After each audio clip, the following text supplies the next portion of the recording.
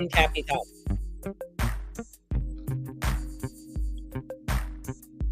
This is in a perfect spot for my thumb.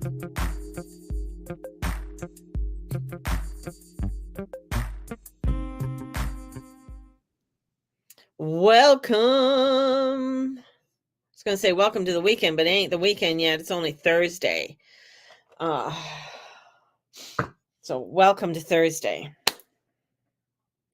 and welcome to another day in paradise. Yeah, we're here. We're in paradise. I think my hair grew. I think it got longer overnight.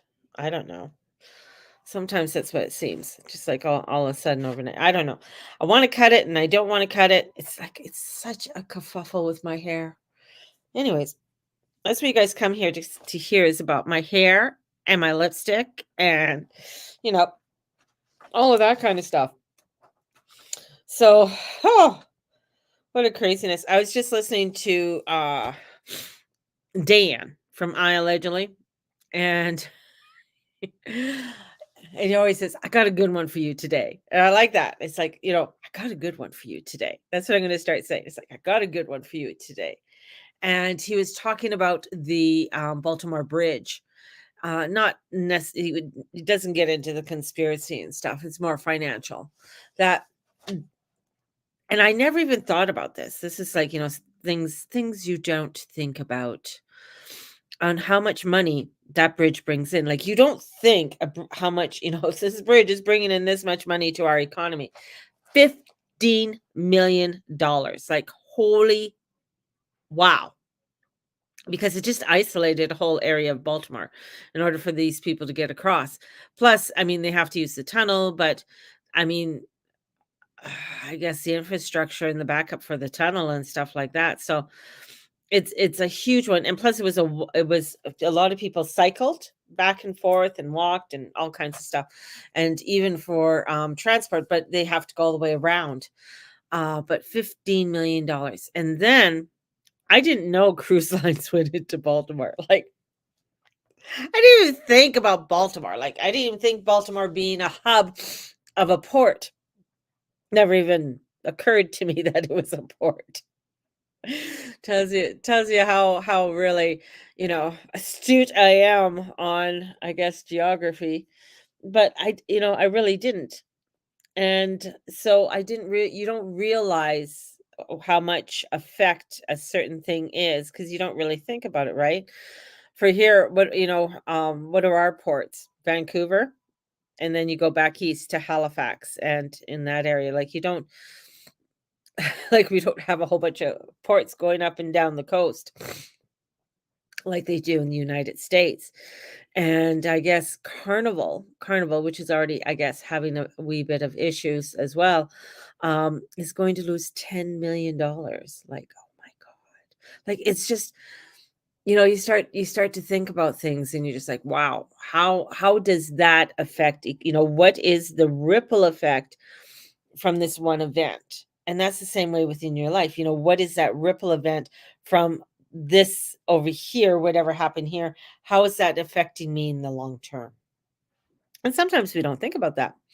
We don't think about like even within our thoughts, what are you thinking about? What are you, coming forth to manifest? So you have these ideas and stuff like that, and maybe you're mulling them over and mulling them over, but you don't really realize what that ripple effect has on your future, or or pinpointing it back to certain events that you did or decisions that you made and how they affect you in the long term.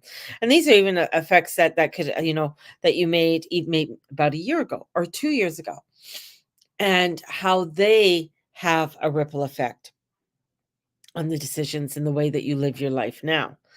And it is so important to really be conscious of how we be and how we step into our day and how we are consciously being with everything that we do, but we are very unconscious people that walk around unconsciously, right?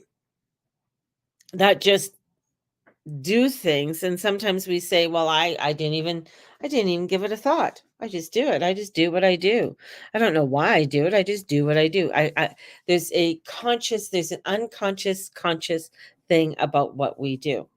And that's where the energies are today. So those who are just joining me or watching the replay, or like, probably, hopefully you're still with me, that you're probably wondering, like, what she started talking about the Baltimore Bridge, and she brought the Baltimore Bridge, and now she's talking about being conscious.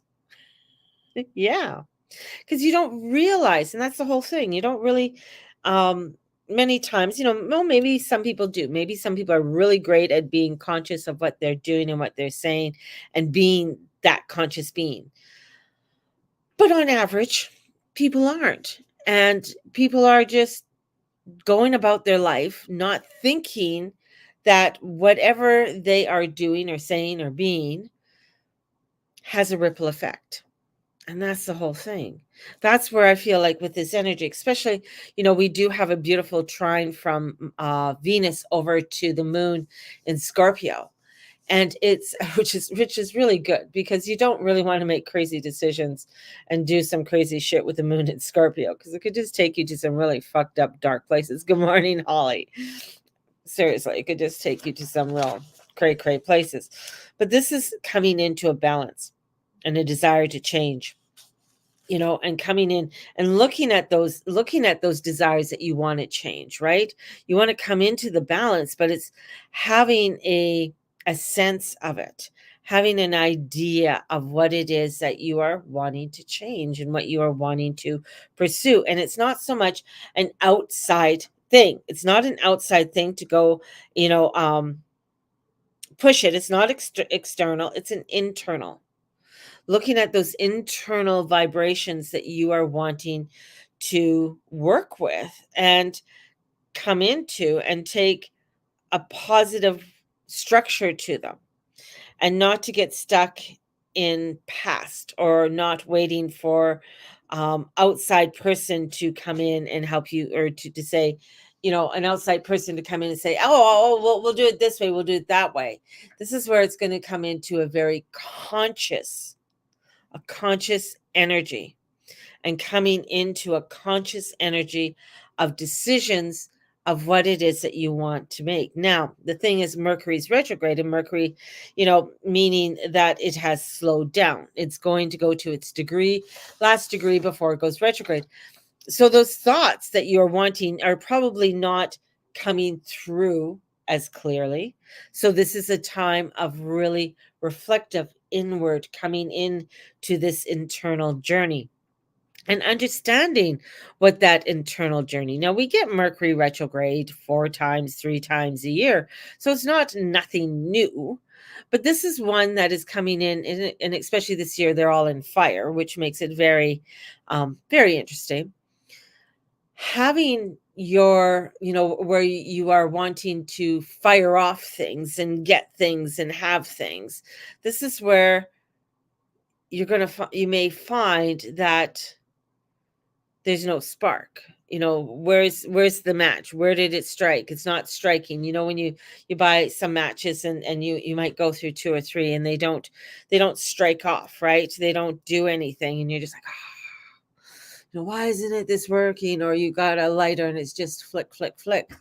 That's kind of going to be your thoughts. So this is really coming. Okay, I got to come into the internal to bring that balance. And it could be very uncomfortable, because as our vibrations are ripples, they're frequencies that are going out into the cosmos, that are going out into the vastness of the world, of the cosmos. And what is that vibration coming in? Okay, now bear with me. Another little story. I got another little story. Okay. This story may not be a very nice story, but I got a story. Take some coffee. Hey, hi, Shar. Take a coffee, tea, water, and sit back. There is a gentleman that came into the UK quite a number of years ago. Had a sorted past. he wasn't the nicest man. And he came from a country far, far away. And he came from a country from the east to come into the UK. Now, this gentleman that came in, knew about his past, right? They knew it was somewhat sorted, but he decided, because there are churches that work with new immigrants or work with people who are coming in who are wanting to get asylum, right? And he went into the church, into this one um, reverend who helps a lot of asylum seekers to come into the church and help them so that they are able to get their asylum papers to be able to stay in the UK. Now, this sordid man ended up having some dealings and everything else with the police and that, and they knew about him. He wasn't a person who came in to really put anything within the community or uh, to get a job per se, right? And make things better. He kind of lived off the system and this is what he claimed, that if he got sent back to his homeland, he'd be persecuted because he's a Christian now. Now, this comes to what I was writing about this morning, and I was thinking about this. I've been listening to this case on online about it, right? And the things that he did, and it's very horrific. Now, he's originally a Muslim, and he's been seen, and there was photographic evidence of him still going to mosque and going to mosque. There wasn't a lot of evidence of him going to church. Now, the thing is that if you are claiming to be a Christian and going into church, most new Christians that I know and are become very faithful. Like, they are there. They want to be there. They want to really come into that place. Now, this is what is going on, and this is the debate that's coming in over in the UK about this whole thing with this gentleman. Now, this gentleman, who has been known to be a womanizer, abusive, and some other nasty things. I believe it was his girlfriend in there sitting in the car, and he had acid, some form of acid, and he threw it on her and the child. Horrific. Some of it backlashed on him, which was unexpected, because I believe she wanted to leave him. There's a huge manhunt for him, and they couldn't find him. With all the CTV cameras and everything else, they couldn't find this man anywhere. And I mean, the thing is that they went to the mosques and they went to different places that they knew that he hung out. They didn't go to the church because they didn't know he was there to hang out at the church, but they knew he was in the mosque. Now, the one thing within, and the police know, and it came out that within the mosques and within the Muslim religion, they will harbor somebody and say it is okay to lie for another brother or sister. And it's okay. It's okay. It doesn't matter what they did, but we can lie for them, because that person who is looking for them is unclean. They're not cleansed. They're dirty and they're evil. So, we can. So anyways, it ended up that they found his body in the Thames. Now, God help the Thames. I don't know how many bodies are in the Thames, but there's probably a hell of a lot. Before they found his body, a few other bodies washed ashore from the Thames. So that was kind of like, oh, well, I guess we have more than one body washing ashore in the Thames. But they ended up finding his body. Now, a whole debate is coming up about this. And listening to the laws that they are looking at and wanting to change about asylum seekers and past and everything else. And about the and soon as religion comes in, it becomes a huge piece. It becomes a huge argument. And my thing is this is what I got. It's like, what is truth? Truth is there.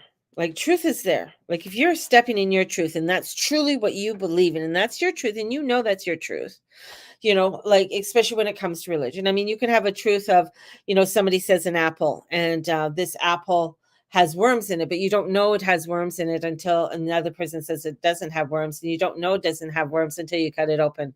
And then if it has worms or doesn't have worms in it, right? So then one person is wrong. Like, you have a physical truth in that, right? You see that physicality in it. But when a person hides behind the truth to gain what is the untruth, truth is still there. The truth is still there. It is the person who manipulated the truth, or they told that the truth is yet to hide the unholiness, which is their own truth. And that's what I feel he did. This is my truth. For if they truly believed in that truth, they would have stood in the light and allowed the truth to set them free.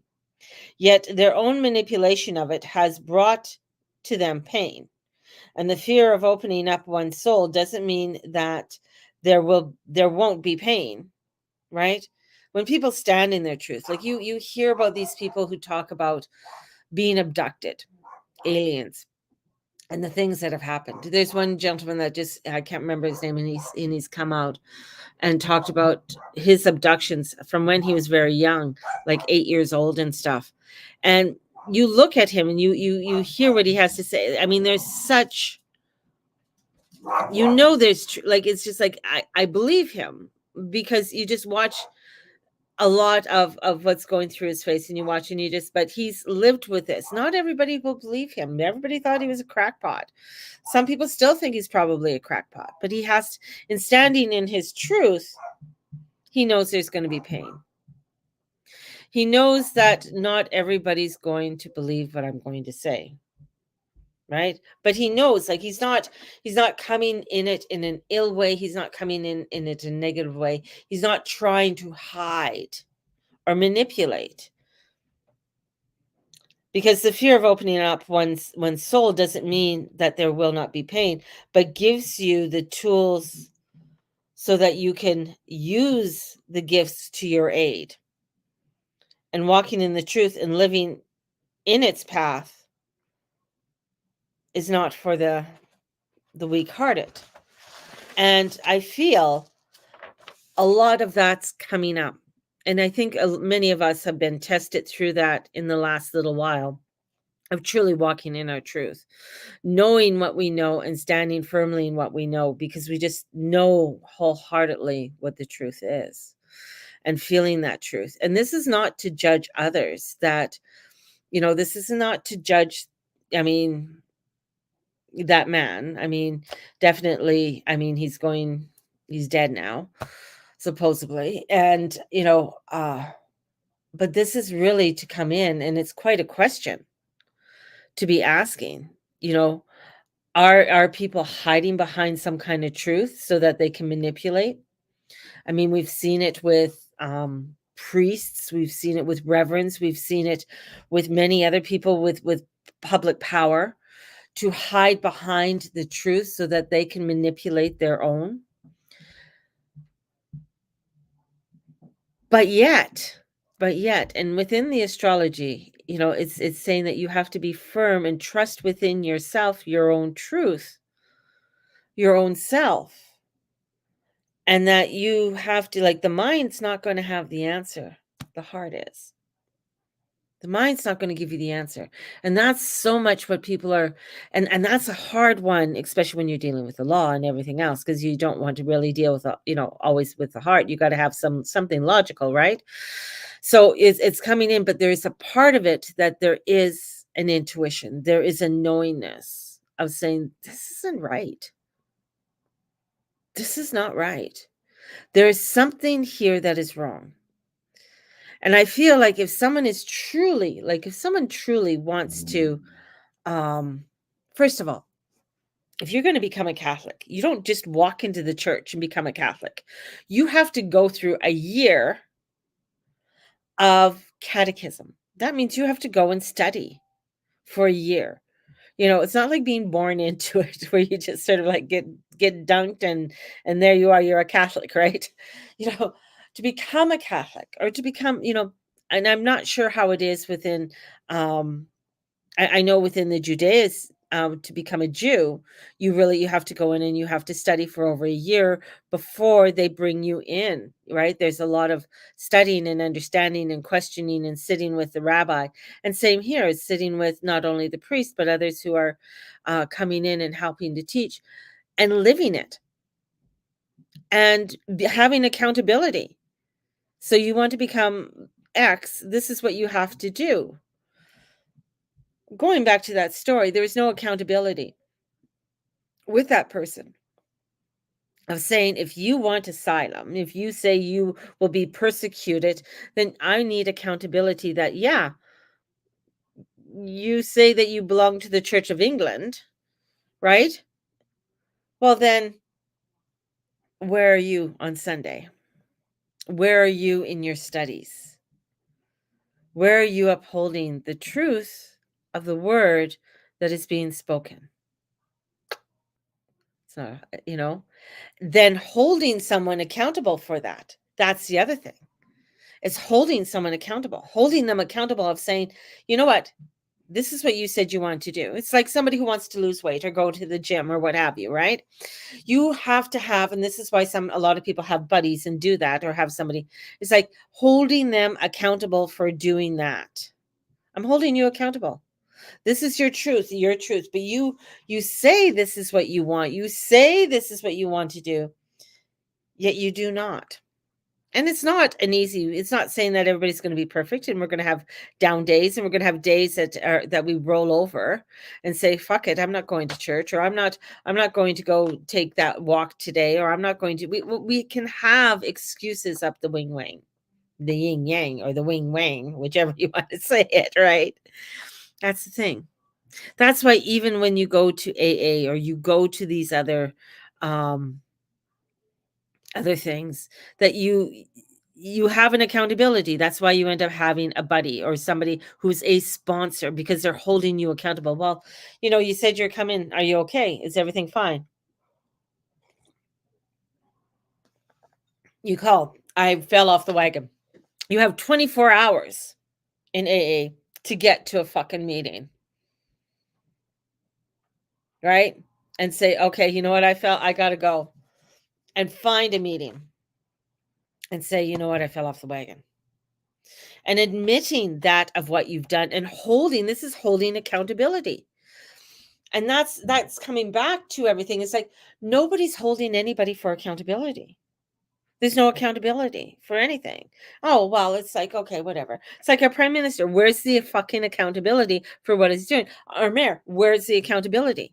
There's none. It's just like, you know, it's just listening to, just reading what she was saying. Who I am at home is who I am here. And I'm like, and I looked at it and went, bullshit.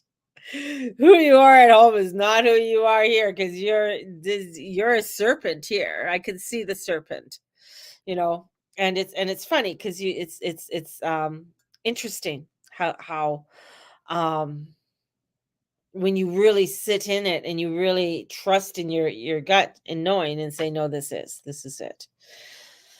But this is where we are. This is where we are upon our journey within our the astrology within this week is coming into, where are you being accountable for? How are you holding yourself accountable? And that's between you and God. That's the thing. Because that is it's only like, if you want to lie to the universe or lie to God, that's fine. That's between you and him or her. And that's where we're at. It's like coming into that accountability, coming into that place of knowingness, and just, allowing and being. And that could be a very difficult place. It could be very unsettling. It could be coming to a place where you have to admit, oh my gosh, I got to trust somebody higher than me. But anybody who I ever trusted, who had power, who had this, lied to me. So you have to come into that with, some discernment and reverence and understanding upon this journey. And nobody said it's going to be easy. But over the next few days and weeks, we're going to be seeing that, where we have to really come into our own discernment and truth and what that truth is. And not, as I say, everybody's going to like it. Not everybody's going to believe you. But it's like cutting the apple. When you say there's worms in it and there's worms in it, and then they cut it open, they see the worms. You're going to have some people that say, I don't see the worms. Then eat the apple. And that's on their truth, on the walk they have to do, and the consequences that come in with that. And the most you can do is be there, pray for them, hold their hand when they need it, and know that they have to come to their own truth within it to admit it. Yeah, I ate an apple with worms. That's what I did. I did that, and I was wrong, and I shouldn't have done that. Now I'm going to have to atone for that in some way. You can say atone for your sins, and how you're going to atone for your sins. Sometimes it's in a difficult way. That means retribution comes back at you in a way that you don't like it. Like, it's amazing when I see so many people who've done a certain thing and what they're living through now. I mean, I've never heard like this. Like, I go to work once a week, just listening, like the one person having so many different things wrong with her, and she's younger than me, and she's always in pain. She's sick. She's this. She's that. And I'm just like, oh my God, I feel for you. I feel for you, right? But it's like it's also and I'm not to judge, especially when it comes to habits, but in how they have to come into that truth and saying, okay, how can I work with this to make the changes I need to make, right? But I'd rather not, because I'd rather sit here in the pain. I'd rather sit here in the misery, because it's a hell of a lot easier than admitting that I was wrong and I did the wrong decision. And I think each one of us, we come to different points and different forks in the road and went, oh, fuck, I shouldn't have done that. Or, man, I shouldn't have gone out with that person. Or, oh, fuck, I made friends with that person. And now they were total assholes to me, or they fucked me over in some way, and I just knew it. Right. And then bitch about it all the time. Right. And that's the thing. It's like, then you got to, it's coming to that truth of saying, you know what? I love you, but I don't want to hear about it until you do something different about it, right? And it's in that understanding of standing in that truth of saying, until you do something about it, I don't really want to hear about it. And I came to kind of like that realization today with someone, and it's just like, okay, you've asked for my help, you've asked for things, yet I contact you and you kind of go and you ghost me, and I'm like, I can't chase you. I can't make you, listen to me. This is on you. This is the decisions you're making and the things that you need to do on your own. Sometimes it's not easy, but you got to watch it. You got to, and you see them fall and you want to catch them. So, yeah. The other thing, I'm amazed at how much is coming up, even about this solar eclipse. I'm kind of excited. Like, I hope it's not going to be a letdown. I kind of wanted a big show with this. Bring it, baby. Bring it. Cell phones down. Bring it. This is going to happen. Bring it. It's like really with this solar eclipse is like, be prepared. I want it. Like, don't set me up and call the National Guard and call all this all out and nothing happens. Come on. Please bring the wrath of God down or something. Let's see it. And then I'll be like, solar eclipse. Oh, that was interesting.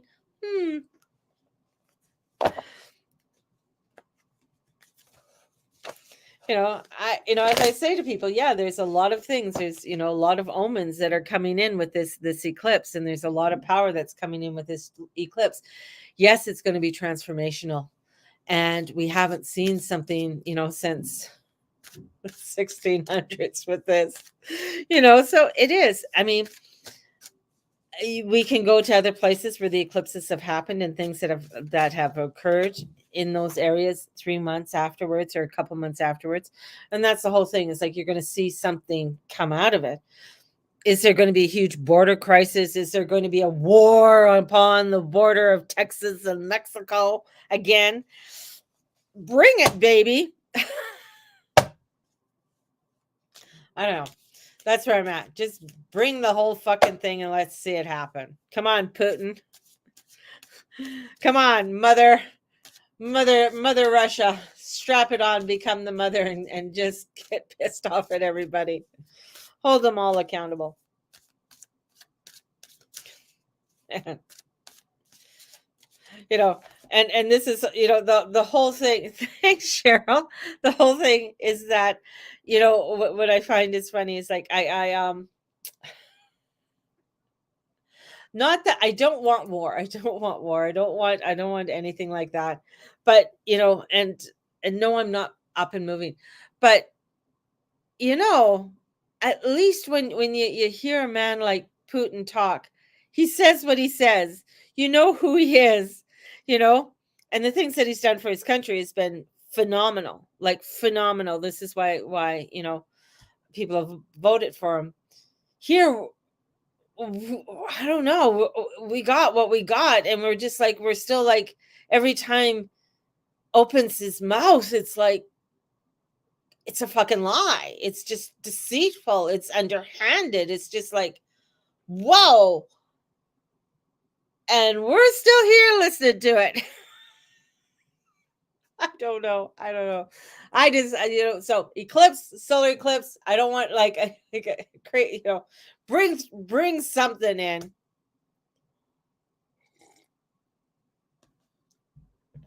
If you're going to kill the cell phones, do that.